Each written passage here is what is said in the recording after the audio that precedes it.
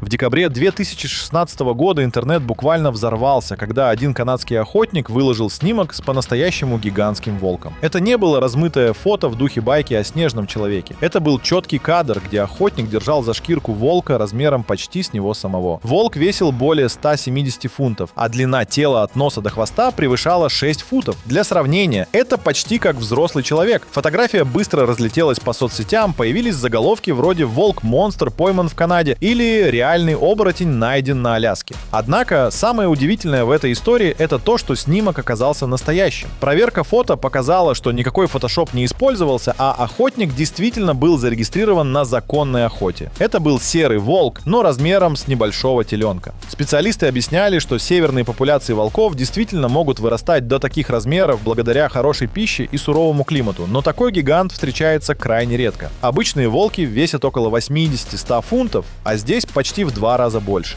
Под этим фото начали появляться сотни комментариев. Это мутант. Он точно ел медведей. А если такие ходят стаями? И хотя ученые пытались объяснить случай рационально, фото продолжало набирать популярность, а люди спорили, что это было на самом деле. В этой истории интригует не только размер волка, но и то, как легко такие кадры подхватываются в сети и превращаются почти в легенду. Люди хотят верить в монстров, хотят думать, что где-то в диких лесах все еще скрываются существа из древности. Но даже без мистики такие случаи подтверждают: природа способна удивлять. А теперь давай посмотрим, что происходит, когда люди сталкиваются с такими гигантами лицом к лицу. И не всегда это заканчивается фотографией. Реальная встреча. Случай произошел в штате Аляска недалеко от поселка Фэрбинкс. Местный житель, охотник по имени Дуглас, отправился проверять свои капканы ранним утром. Он заметил странные следы в снегу. Размер отпечатка превышал 15 дюймов в длину, что уже показалось подозрительным. Дуглас подумал, что это следы крупного пса или, возможно, медведя. Но, продолжив путь, он наткнулся на самое неожиданное. Примерно в 20 ярдах от него прямо на тропе стоял волк. Но необычный. По словам Дугласа, это существо было высотой почти до его груди, а он сам ростом более 6 футов. Волк смотрел на него спокойно, уверенно, словно знал, что бояться ему нечего. Охотник замер. Он признался позже, что впервые за все годы охоты ощутил настоящий страх. Волк медленно сделал несколько шагов навстречу, но потом, словно решив, что человек ему не интересен, развернулся и ушел в лес. После этого случая Дуглас вернулся домой и рассказал о встрече соседям. Естественно, ему мало кто поверил, пока он не показал отпечатки, которые сфотографировал. Фото отправили биологам, и они подтвердили, это действительно след крупного северного волка, но размер был крайне редким. Возможно, это альфа-самец, который достиг максимальных размеров благодаря отличным условиям питания и возрасту. Что больше всего поразило охотника, так это взгляд волка. Он сказал: в его глазах было что-то человеческое. Он смотрел на меня, как будто понимал, что я слабее. И такие встречи случаются не так уж редко. Просто обычно они не попадают в новости. Но если мы посмотрим на официальные данные, какие волки вообще признаны самыми большими? Официальные рекорды. Самым крупным официально зарегистрированным волком считается особь, убитая в 2000 году на Аляске. Этот серый волк весил 235 фунтов и был почти 7 футов в длину. Для понимания, это примерно размер взрослого льва-самца. Волк был старым альфа-самцом из стаи, и ученые объяснили его гигантские размеры хорошими генами, большим доступом к пище и редким отсутствием болезней. Обычно серые волки достигают весом от 70 до 130 фунтов, в зависимости от региона. Но на Аляске и в Канаде встречаются популяции, где альфа-самцы вырастают в 1,5-2 раза крупнее. Особенно известны своей мощью так называемые Маккензи-вольфы, которые обитают в северо-западной Канаде. Что интересно, исследования показывают, что размер волка напрямую связан с условиями его среды. В холодных снежных регионах крупное тело помогает лучше удерживать тепло, а богатая добыча, например, лоси, олени, бизоны, позволяет хищнику расти быстрее и становиться сильнее. Но рекорды — это не просто цифры. За ними стоят реальные истории. Битвы за выживание, охота, лидерство в стае. И некоторые из этих гигантов известны даже по именам. Например, легендарный альфа-самец Ромео из Аляски, который был настолько велик и харизматичен, что люди приходили просто посмотреть на него. А теперь давай подробнее посмотрим на тех, кто живет в самых суровых условиях. Ведь именно там рождаются настоящие монстры. Аляскинские монстры. Аляска — это не просто край вечных снегов. Это территория, где выживают только самые сильные. И волки здесь — настоящие короли. Среди них особенно выделяются аляскинские и Маккензи-вольфы. Эти серые гиганты могут весить до 180 фунтов, а иногда и больше. Их мех густой, мощные лапы позволяют без проблем передвигаться по глубокому снегу, а челюсти сжимают кости добычи как щепки. Что делает их такими крупными? Во-первых, добыча. Аляскинские волки охотятся на лосей, бизонов, крупных оленей. Чем больше добыча, тем больше должен быть хищник, чтобы ее повалить. Во-вторых, климат. Суровые морозы заставляют эволюцию работать в пользу массы. Чем больше вес, тем лучше теплоизоляция. Но есть еще один момент. В удаленных, труднодоступных регионах, куда редко заходят люди, волки могут вырастать еще больше просто потому, что там сильнее отбор. Слабые гибнут, остаются только самые сильные. И иногда именно оттуда приходят истории про встречу с почти мифическими монстрами. Вопрос: а почему такие гиганты вообще существуют? Что за механизмы эволюции стоят за их ростом? Сейчас разберемся. Почему они такие большие? Размер волков — это не случайность. Это сложный набор факторов: генетика, питание, климат и социальное положение в стае. Ученые давно заметили, что в северных широтах хищники, включая волков, обычно крупнее, чем их южные собратья. Это объясняется правилом Бергмана. Животные в холодных климатах имеют большую массу, чтобы уменьшить потерю тепла. Кроме того, большое тело дает преимущество при охоте. Например, повалить лося весом под 1000 фунтов может только крупный волк или слаженная стая. Альфа-самцы обычно самые массивные, так как именно они должны вести стаю, защищать ее и участвовать в самых сложных схватках. Не стоит забывать и про питание. Волк, у которого много пищи, растет быстрее и становится больше. В богатых охотничьих угодьях Аляски и Канады волки могут достигать размеров, которые кажутся невероятными для обывателя. Но самое интересное — это редкие аномалии. Когда генетика, питание и климат сходятся в идеальном сочетании, рождается по-настоящему гигантский зверь. Такие особи встречаются крайне редко, но именно о них потом слагают легенды. И вот здесь самое время поговорить о тех, кто жил задолго до нас, о настоящих гигантах ледникового периода. Но стоит ли думать, что они полностью исчезли? Останки древних гигантов. Когда речь заходит о древних волках, первое имя, которое всплывает в памяти ученых, это Канис дирус, или страшный волк. Этот гигант жил в Северной Америке во времена ледникового периода. Его размеры поражали. Вес мог достигать 300 фунтов, а длина тела более 7 футов. Для сравнения, это почти как крупный гризли. Останки страшных волков находят по сей день, и самое знаменитое место таких находок — смоляные ямы Ла-Бреа в Калифорнии. Там найдено более 3500 черепов этих гигантов. У них были мощные челюсти, короткие массивные ноги и огромные головы. Все это говорило о том, что они были отличными охотниками на крупную добычу, вроде бизонов или даже молодых мамонтов. Что самое интригующее, страшные волки вымерли сравнительно недавно, примерно 12 тысяч лет назад. И ученые до сих пор спорят, почему. Одна из версий — конкуренция с более проворными серыми волками и людьми, которые вторглись в их охотничьи угодья. Другая версия — изменение климата. Но когда слышишь о встречах с гигантскими волками сегодня, нельзя не задуматься. А может быть, кое-где сохранились реликтовые потомки этих древних монстров, и тогда легенды и байки обретают совершенно новый оттенок. Гиганты наших дней.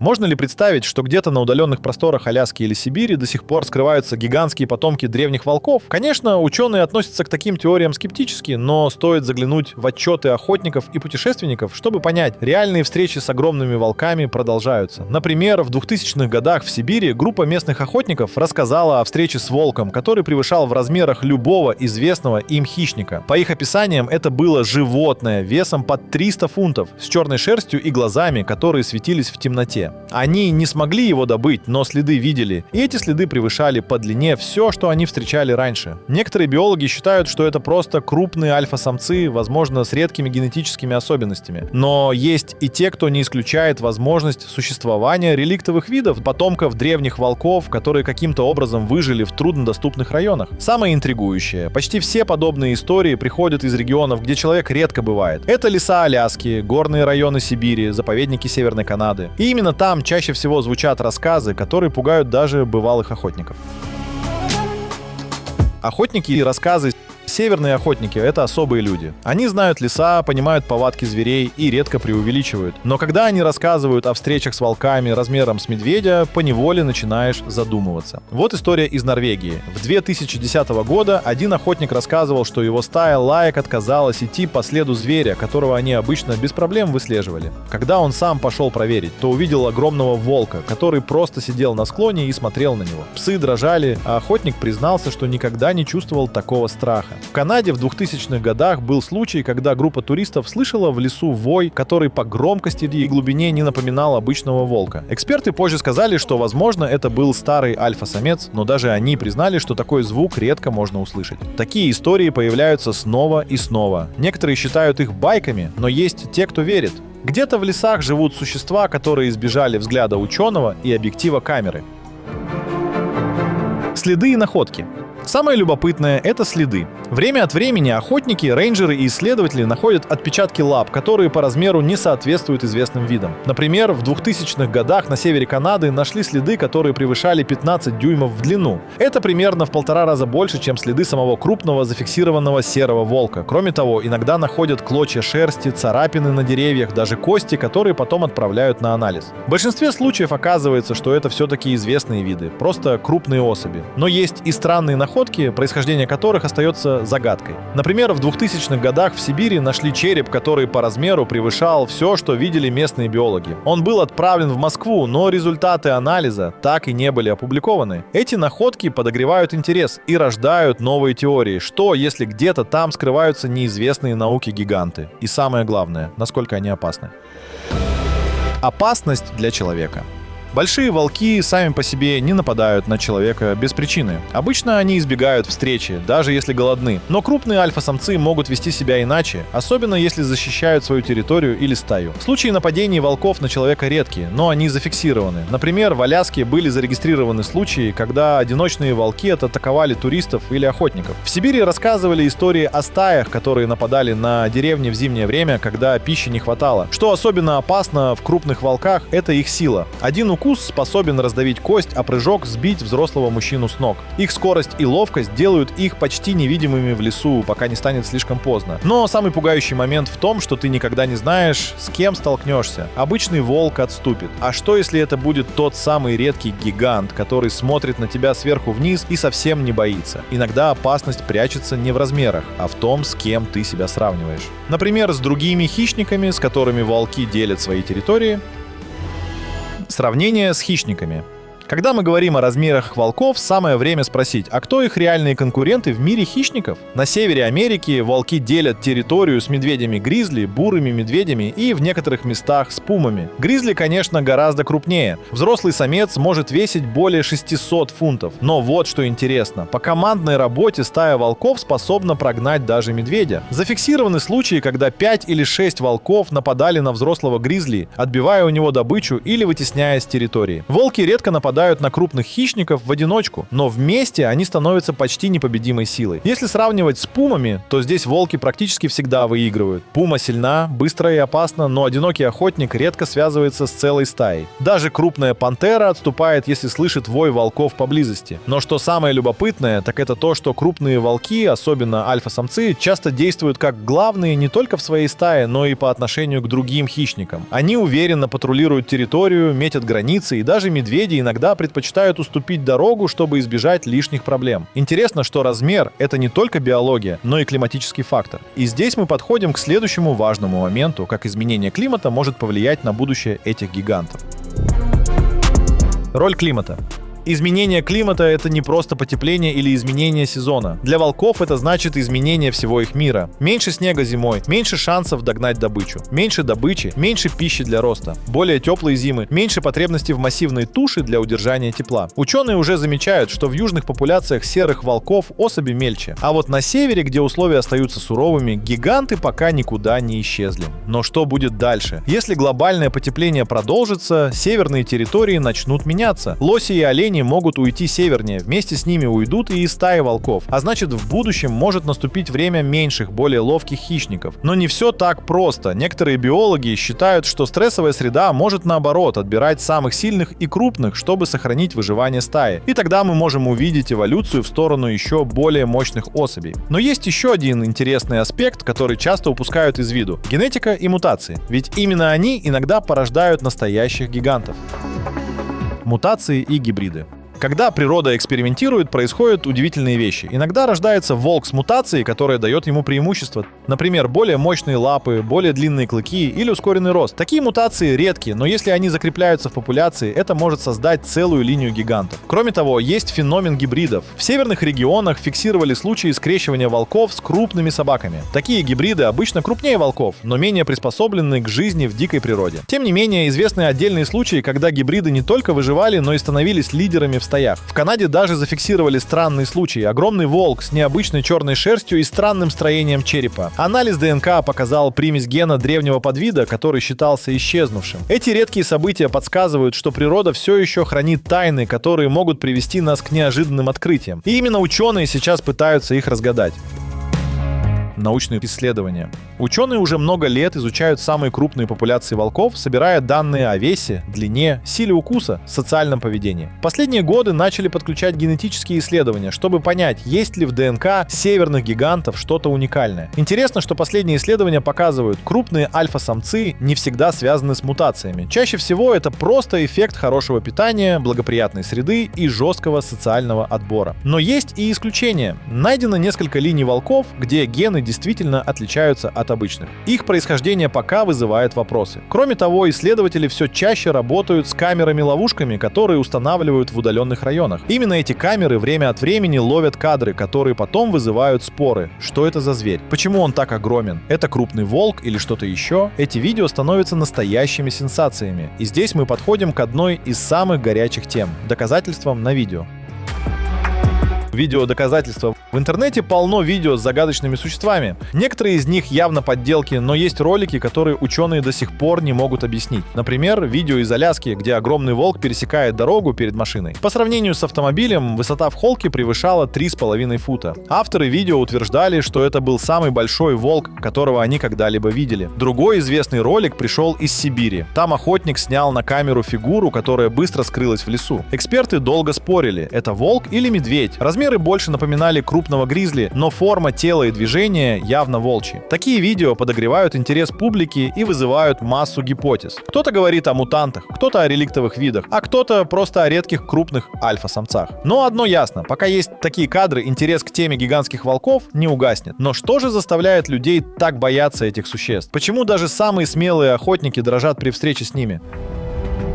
Почему мы их боимся? Страх перед волками древний, почти инстинктивный. Еще наши предки, бродя по лесам Европы, Азии и Северной Америки, знали, если ты слышишь вой волчьей стаи, это не просто звук, это сигнал. И хотя сегодня волки почти никогда не нападают на людей, в нашей памяти живы старые истории о красной шапочке, оборотнях, чудовищах, которые крадутся в ночи. Но почему именно волки вызывают такой страх? Во-первых, потому что это социальные хищники. Они охотятся стаями, работают слаженно, умеют планировать и координировать действия. Во-вторых, потому что они приходят тихо. Ты можешь часами гулять по лесу и даже не знать, что тебя уже заметили, а вот волки знают о тебе все. И, наконец, их глаза. Многие, кто встречался с крупными альфа-самцами, отмечают, в этих глазах есть что-то осмысленное, почти человеческое. Этот страх — древнее предупреждение. Неважно, живешь ли ты в современной Америке или на окраине сибирской тайги. Когда ты оказываешься лицом к лицу с хищником, чьи клыки могут разорвать лося, ты вспоминаешь, что человек далеко не самый опасный зверь на этой планете. И если ты думаешь, что все это не имеет большого значения, стоит только взглянуть на то, как крупные волки меняют сами экосистемы. Влияние на популяции. Гигантские волки — это не просто рекорды ради интереса. Их существование напрямую влияет на баланс в природе. Когда в стае появляется особенно крупный альфа-самец, это меняет охотничьи стратегии, выбор добычи, даже структуру группы. Стая с мощным лидером может позволить себе нападать на более крупную добычу. Например, лосей или бизонов. Это, в свою очередь, сокращает популяции этих животных, что отражается на всей экосистеме. В Йеллоустонском национальном парке, например, после возвращения волков, экосистема начала восстанавливаться. Волки контролировали численность оленей, что позволило лесам и кустарникам ожить. Но если стаи становятся слишком агрессивными или слишком сильными, это может привести к проблемам, например, вытеснению других хищников или даже конфликтам с человеком. Самые крупные особи — это не просто животные, это вершина цепочки, фигуры, которые определяют, как выглядит мир вокруг. И все чаще биологи задаются вопросом, можно ли их встретить сегодня? И если да, где именно искать таких гигантов? Можно ли встретить их сегодня? Если ты хочешь встретить по-настоящему крупного волка, тебе нужно отправляться далеко на север. Аляска, северные территории Канады, Сибирь Вот там живут настоящие монстры. Но шанс их увидеть ничтожно мал. Эти звери живут в местах, где человек появляется редко, и они отлично умеют избегать встречи. Есть данные, что в северных лесах России встречаются альфа-самцы весом более 200 фунтов. На Аляске в некоторых районах попадались следы, которые по размерам соответствуют крупнейшим зафиксированным волкам в истории. Но это всегда единичные особи, редкие как жемчужины. Биологи и охотники советуют: если хочешь увидеть такого гиганта, ищи зимой. Следы на снегу выдают стаю, а крупный волк всегда оставляет заметные метки, более широкие отпечатки, более высокие следы на деревьях, характерные остатки добычи. Но будь осторожен, встреча с таким зверем — это не прогулка в зоопарке.